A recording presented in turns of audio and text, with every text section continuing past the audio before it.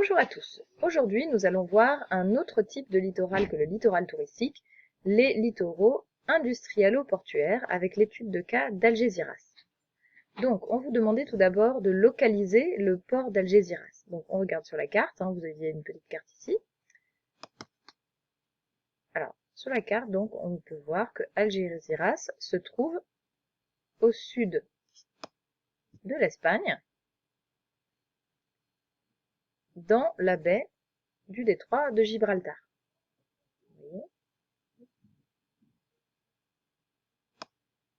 On vous demandait ensuite, deuxième question, quels espaces maritimes sont reliés par le détroit de Gibraltar? Et donc les espaces maritimes en question, c'est, je vais peut-être un petit peu trop dézoomer, nous avons donc d'un côté la mer Méditerranée et de l'autre l'océan Atlantique. Alors je rappelle la définition d'un détroit, un détroit, c'est un passage étroit entre deux mers, donc comme le détroit de Gibraltar, vous voyez.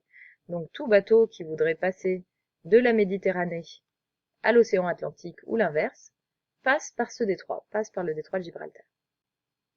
Donc Algésiras est un port espagnol, et vous voyez qu'il se trouve en face de Gibraltar elle-même. Gibraltar, ça fait partie du territoire britannique, mais Algésiras, c'est le territoire espagnol. Donc on va voir quelles sont les activités de ce littoral avec votre livre. Alors, on vous demandait, question 3, décris la photographie, quelles sont les activités que l'on voit. Alors, on peut regarder la photographie du document 1. Donc, on voit tout d'abord au premier plan la plateforme pour le déchargement des conteneurs.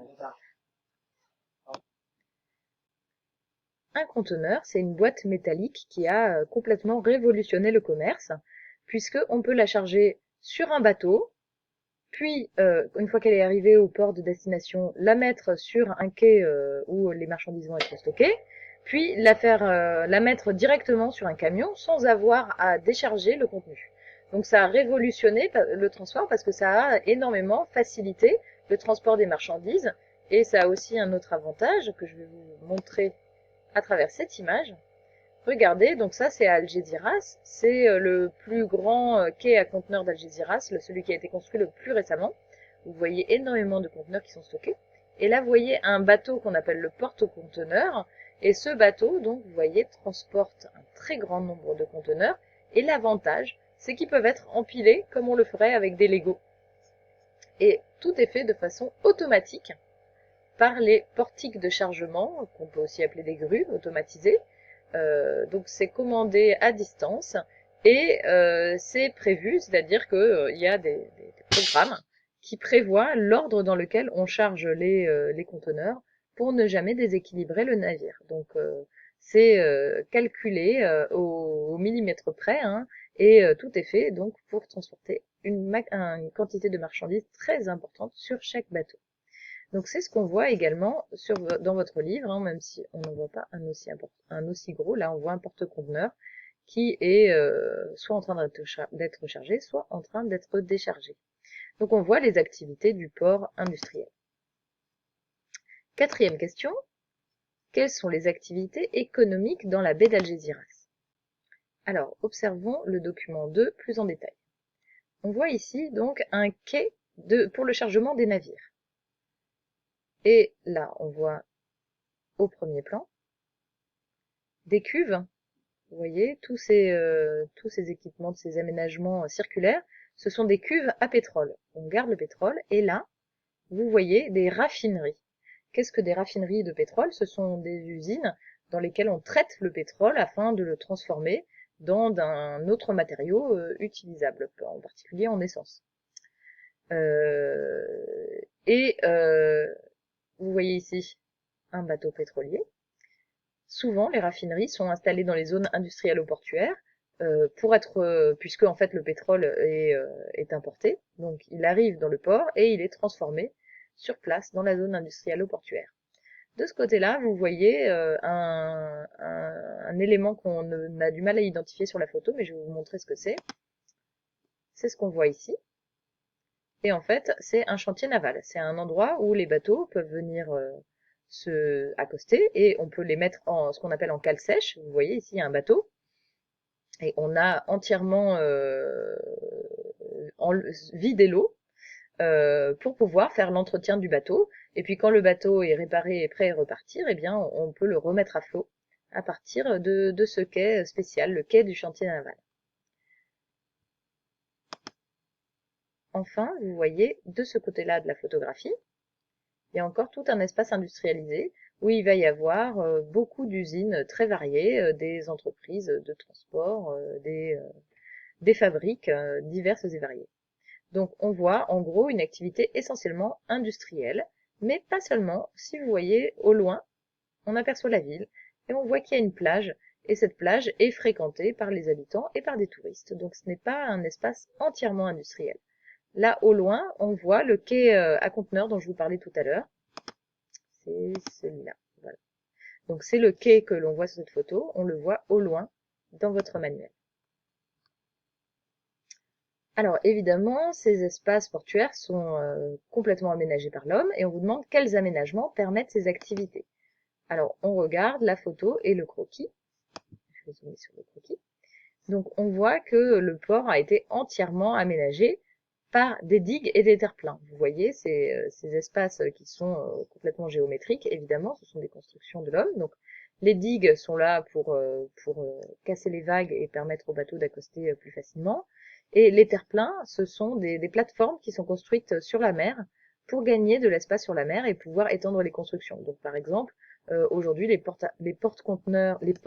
à conteneurs modernes sont très souvent construits sur des terre-pleins parce que en fait, ça permet aux bateaux de faire des manœuvres plus faciles sans avoir à entrer plus loin dans la baie. Donc là, on a construit un terre-plein pour installer un nouveau port à conteneurs. Donc voilà les aménagements spécialement portuaires. Et puis il y a aussi évidemment les routes, les axes de communication. Donc, les axes de communication sont toujours essentiels dans une zone industrielle ou portuaire parce que pour l'échange des marchandises, eh bien, il faut relier l'espace maritime à l'espace terrestre. Et ça, c'est ce qu'on peut faire avec les routes. Donc toujours, les ports industriels sont reliés par des voies rapides et c'est ce qu'on appelle des espaces d'interface, des espaces qui permettent les échanges entre l'espace maritime et l'espace terrestre. Et en fait, donc, toutes les marchandises qui arrivent à Algésiras ne sont pas faites pour rester à Algésiras, mais donc soit elles vont être embarquées sur d'autres bateaux et vont continuer leur chemin par la mer, soit elles vont être acheminées en Espagne ou dans le continent européen par camion. Et donc il va y avoir des camions très très nombreux qui vont venir jusqu'au port, embarquer leur chargement et repartir vers leur destination finale. Donc les routes, les axes de communication, ce sont des aménagements essentiels pour le port. On vous demandait ensuite, question 6, en t'appuyant sur le vocabulaire, explique quels aménagements font d'Algésiras une ZIP, zone industrielle-portuaire. Alors regardons la définition dans le vocabulaire. Une zone industrielle-portuaire, c'est un espace associant un port de marchandises, des espaces de stockage et des usines. Alors le port de marchandises, il est en effet bien là. On voit ici le quai de chargement, ici un autre, là encore un.